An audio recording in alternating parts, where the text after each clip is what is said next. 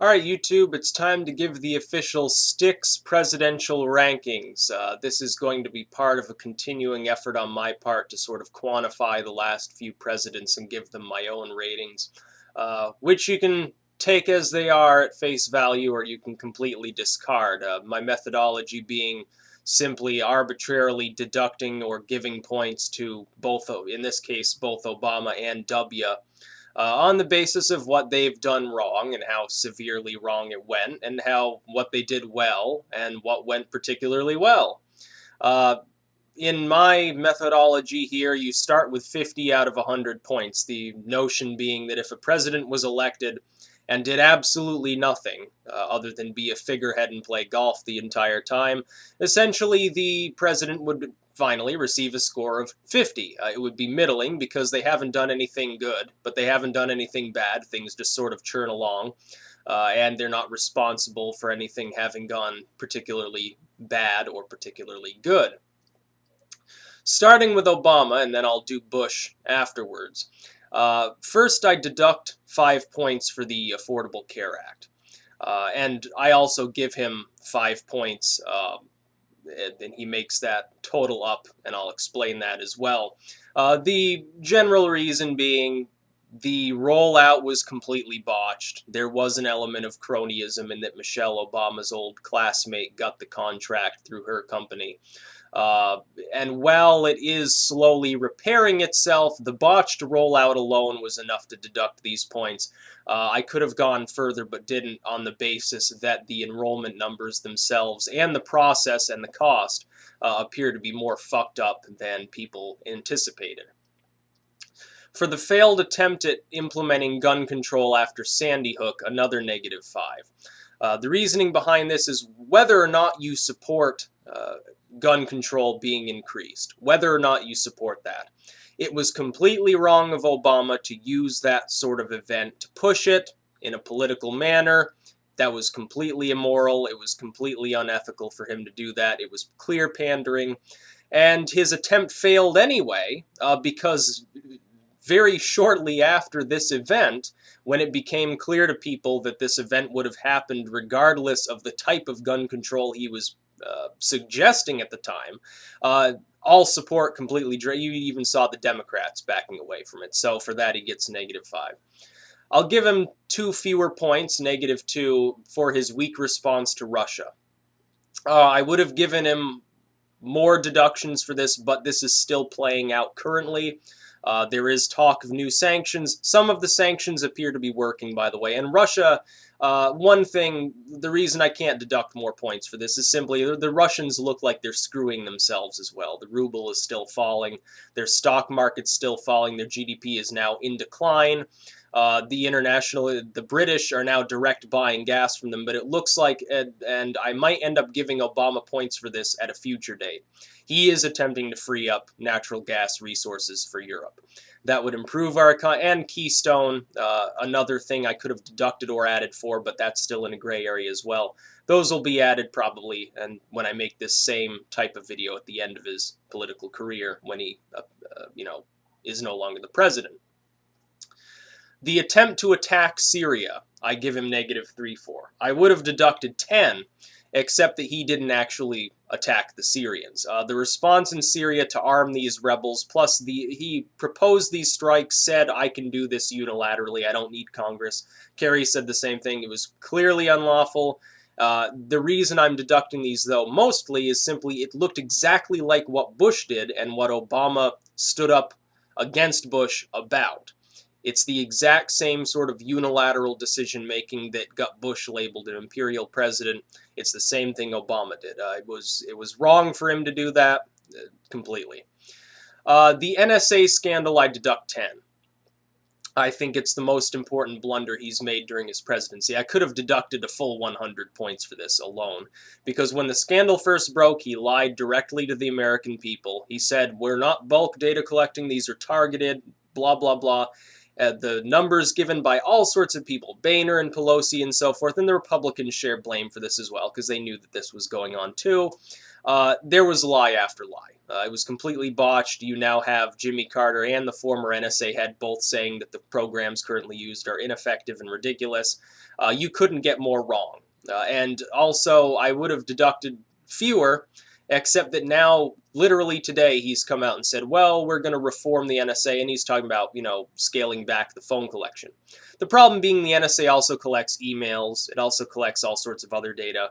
It's too little too late, it doesn't go far enough, and it doesn't even address the bulk of the problem. For the Detroit bailout, I deduct 10 more. The reason being, the Detroit bailout was a complete and utter fiasco. The jobs ended up going overseas. Some of these companies went bankrupt anyway. Detroit continues to go bankrupt. It is completely a hellhole. It's going to get disincorporated or fall apart into riots and violence at some point. Detroit is lost. I've said in a previous video, there are still ways to save it. I think it's too late. I think Detroit is gone. It will no longer exist very shortly. There's no other choice in there. The bailout did not work. The business still went away. Detroit continues to be largely illiterate, unemployed, and impoverished. For the bank bailout, another 10 points are deducted.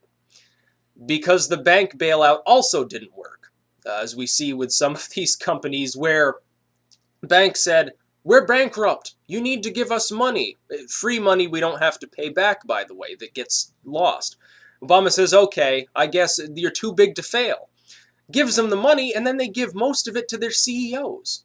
There was no accountability put in place before the money was given. He could have taken the time necessary to make sure this money would actually be used to pay back stockholders and investors and invest in the bank actually restructuring in such a way that it becomes solvent.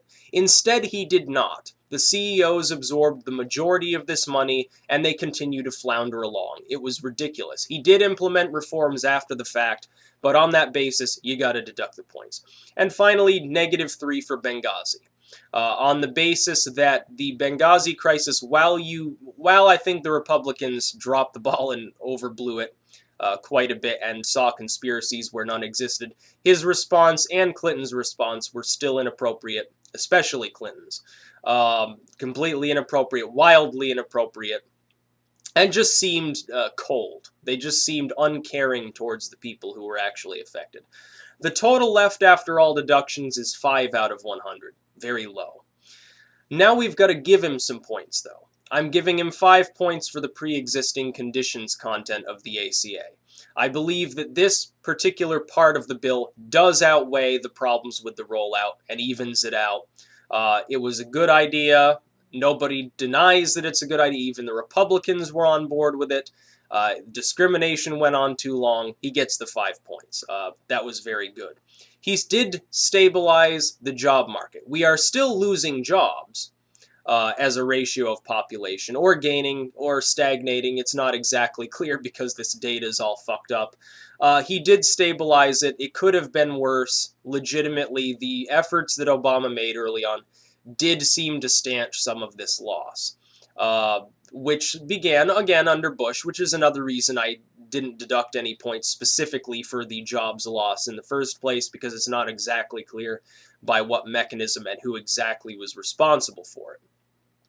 But he did stabilize the job market. Even if you assume that it's coincidence, the efforts he put into place were applied at the behest of people who knew what they were doing. So I'll give him the 5 points. He did reduce the deficit, not the debt. The debt's still growing, but the actual yearly deficit has dropped. I'll give him 2 points for that. It's a start. It's nothing particularly significant. We're still in debt spending. There's a lot, if he had worked with Republicans to severely reduce, to increase taxes, particularly on the wealthy. Yes, I did support that, and I still do. And to severely slash spending. He could have been running in the black by now. But he didn't, so I can only give him 2 points for this, because the deficit is down. 10 points awarded for what I believe is his crowning achievement, which is finally standing up to the Israelis. He is the first president to legitimately do so, and not end up, assassinated like JFK. First president to do this, and have some measure of success in forcing the Israelis and Palestinians to agree on a two-state solution. Crowning achievement of his presidency gets 10 points. This is more important than the ACA. He is the first president who has legitimately not just gone out and said, well, we think the Israelis and Palestinians should work together, and then never say anything about it again.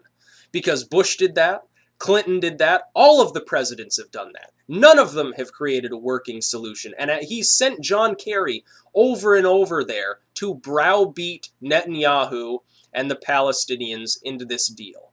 And I think it's very good that he's doing that. It's about time that we solve this crisis by doing so. So for that, he gets 10 points. I think he's shown actual leadership on the issue. He solidified NATO in response to Russia. I'll give him 2 points for that, even though the overall response to Russia was very weak. Solidifying NATO, in part because he's now sending planes and money and so forth into Poland, the Baltic states, some of these other states that Russia might have its eye on. He has reaffirmed that America will defend its NATO allies, the Turks, the Poles, and so forth. Even if Ukraine remains a dubious scenario and Crimea's basically fallen into Russian hands now, he has said that NATO will be defended. That forms a border against Russia, by the way. They can't go any further than Belarus and Ukraine because all of these other countries are NATO. The Baltic countries, the Scandinavian countries, all the way down to Turkey, it's a solid line of NATO. Russia is not going to be able to go over their airspace. Doesn't have the ships to go around them and invade some non-NATO country on the other side. Russia's stuck. They can't go any further than Ukraine without sparking an actual world war. I think Putin knows this and will come to his senses.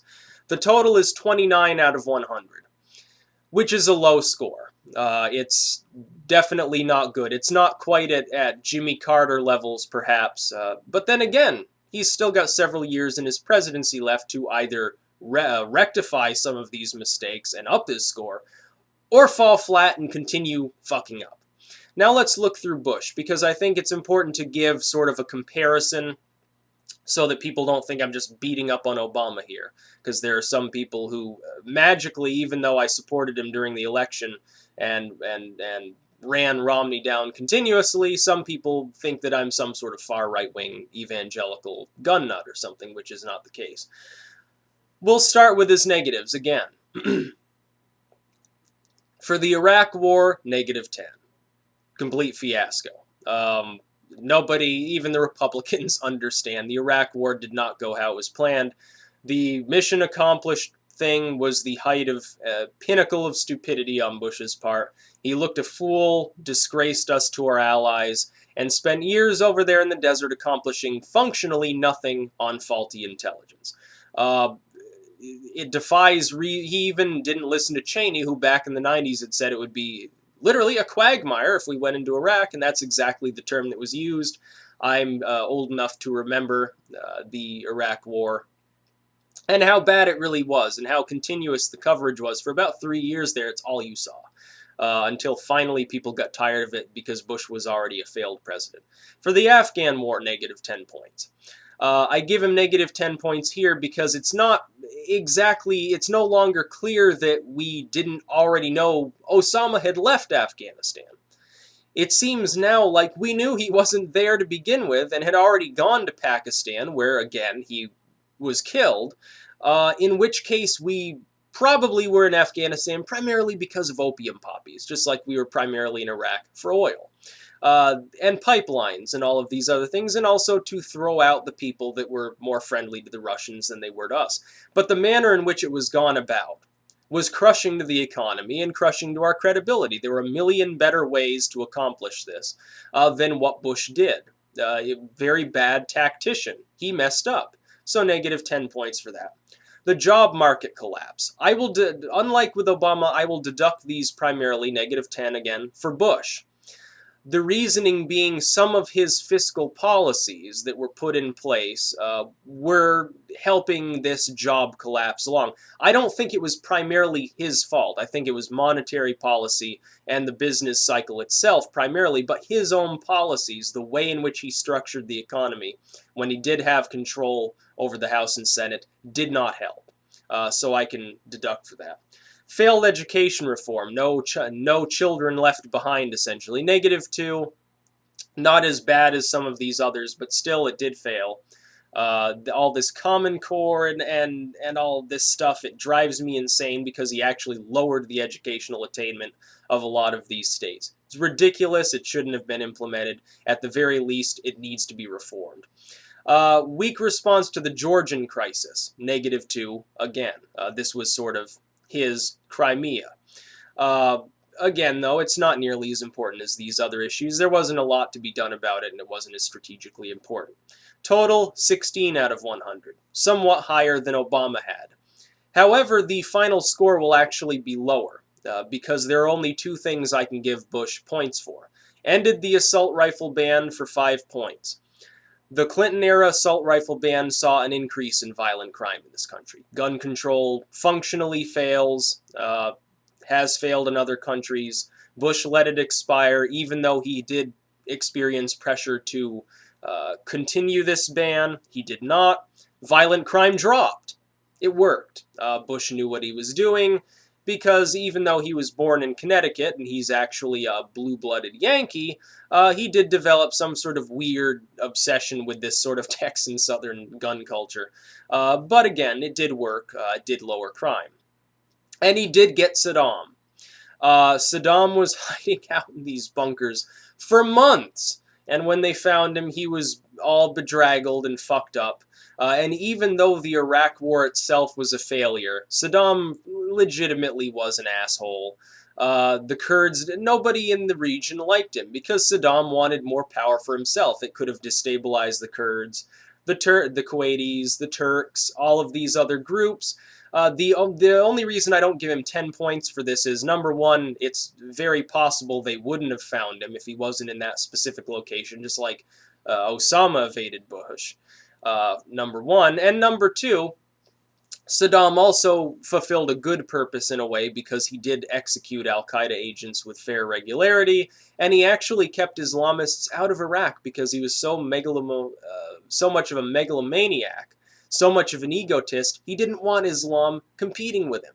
He was mostly a secular dictator who didn't give a shit about religion, by the way. He actually was essentially at war with Islamic jihadists the entire time he was in power, and like I said, frequently executed him. He was also a pawn of the United States for some time, and we actually gave him logistic support in gassing the Iranians at one point, which most people don't know anything about. His final score is 26, so these scores are not very different. Obama has 3 more points than Bush, which isn't much of an advantage, again, especially because he's got time left in office.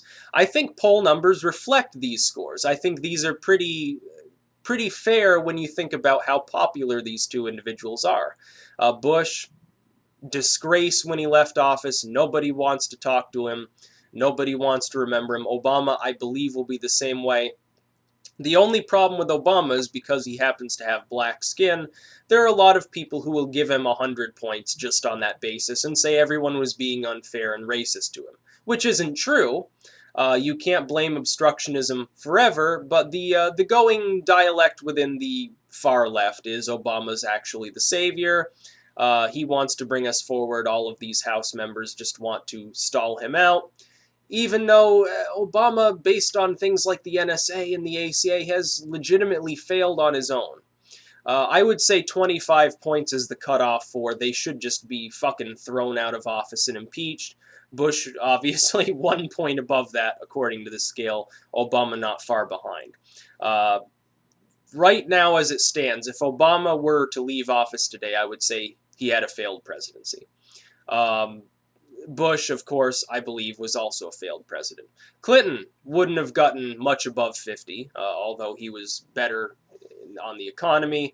Bush Sr. would have been a failed president. Reagan would have been somewhere in the 40s, probably, because for all the good he did quite a few mistakes as well, and was obviously in the pocket of big business.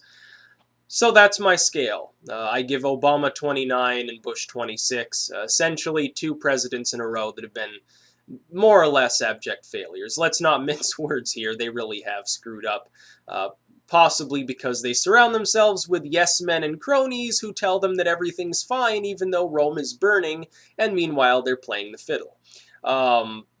That's about all. Peace out.